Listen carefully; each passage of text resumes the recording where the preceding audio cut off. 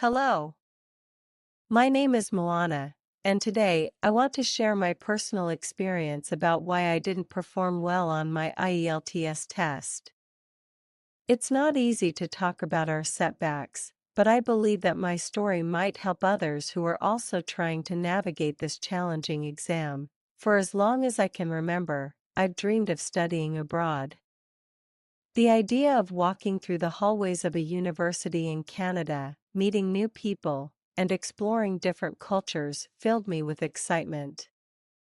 But to make this dream come true, I needed to pass the IELTS test with a high score. At first, I felt confident. I had studied English since middle school, and my friends often praised my speaking skills. I thought, how hard could it be? I soon realized I had underestimated the test. IELTS wasn't just about knowing English, it was about mastering specific skills under timed conditions. Everyone told me to prepare thoroughly, but I brushed off their advice. I thought my casual understanding of English would be enough. Unfortunately, I didn't know what I was getting myself into. When I finally registered for the test, I felt both excited and nervous. The exam date was set, and there was no turning back.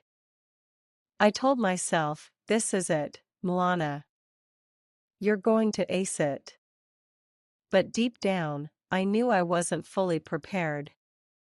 My busy schedule and overconfidence held me back from putting in the work I needed. On the day of the exam, I walked into the test center feeling a mix of emotions. The room was filled with other test takers, all looking serious and focused. I told myself to stay calm, but a small voice in my head kept reminding me that I hadn't done enough. And sadly, that little voice turned out to be right. One of my biggest mistakes was not preparing properly. I thought I could rely on my general English knowledge, but I didn't take the time to study the test format. I didn't know that the IELTS has 4 sections: listening, reading, writing, and speaking. Each section is unique and requires specific techniques. For instance, in the listening section, you need to pay attention to tiny details, while in the writing section, you must structure your ideas clearly and logically. I didn't practice these skills nearly enough. My preparation consisted of watching a few online videos about the test and reading random tips. I didn't use any practice books or take mock tests. Looking back, I can see how unprepared I was. Another problem I faced was managing my time during the exam. In the reading section, I spent far too long trying to understand every single word in the first passage. This left me with very little time for the remaining passages. By the time I reached the last set of questions, I was rushing and couldn't answer them properly. In the writing section, I made a similar mistake. The task required me to write an essay and describe a graph. I spent so much time on the essay that I barely had any time left for the graph.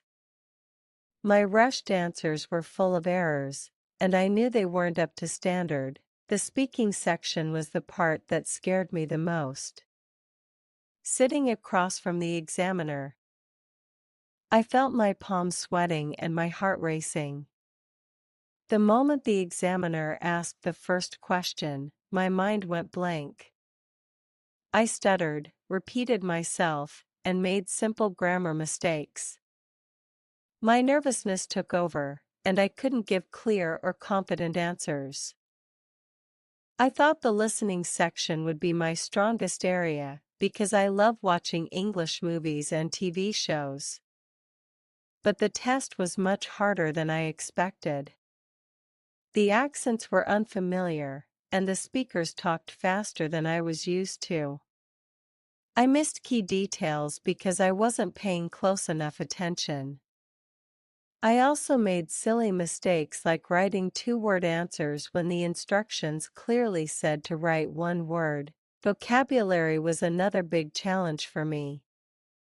During the reading and writing sections, I encountered many words I didn't know. This made it harder to understand the passages and express my ideas clearly. My essays were full of basic sentences because I didn't have the right words to make them more impressive. My grammar was also a problem. In the writing section, I made mistakes like using the wrong tenses and leaving out articles like a and the. These errors lowered the quality of my answers. In the speaking section, my grammar mistakes made it harder for the examiner to follow my ideas. One major issue was that I tried to prepare on my own without a teacher or mentor. I didn't know what areas I needed to improve or how to focus my efforts. A good teacher could have pointed out my weaknesses and given me personalized advice. Instead, I wasted time on ineffective study methods. When I received my test results, I was crushed. My scores were far below what I needed to get into my dream university. For a moment, I felt like giving up. But after some time, I realized that this failure was a chance to learn and grow. I started thinking about how I could do better next time. Here are the steps I took to turn things around. Understanding the test. I studied the IELTS format in detail. I learned about the different sections and what skills each one tests. Regular practice. I started using practice books and online resources. Taking mock tests helped me get used to the timing and pressure of the real exam. Building vocabulary. I created flashcards for new words and reviewed them daily. This helped me improve my reading and writing skills. Improving grammar. I worked on grammar exercises and asked for feedback from teachers. My writing and speaking became much clearer and more accurate. Managing time. I practiced managing my time better. For example, I learned to skim and scan during the reading section and plan my essays before writing them. Staying calm. To overcome my fear of the speaking test, I practiced with friends and family. I also watched videos of mock interviews to see how others handled the questions. Getting help. I joined an IELTS preparation class.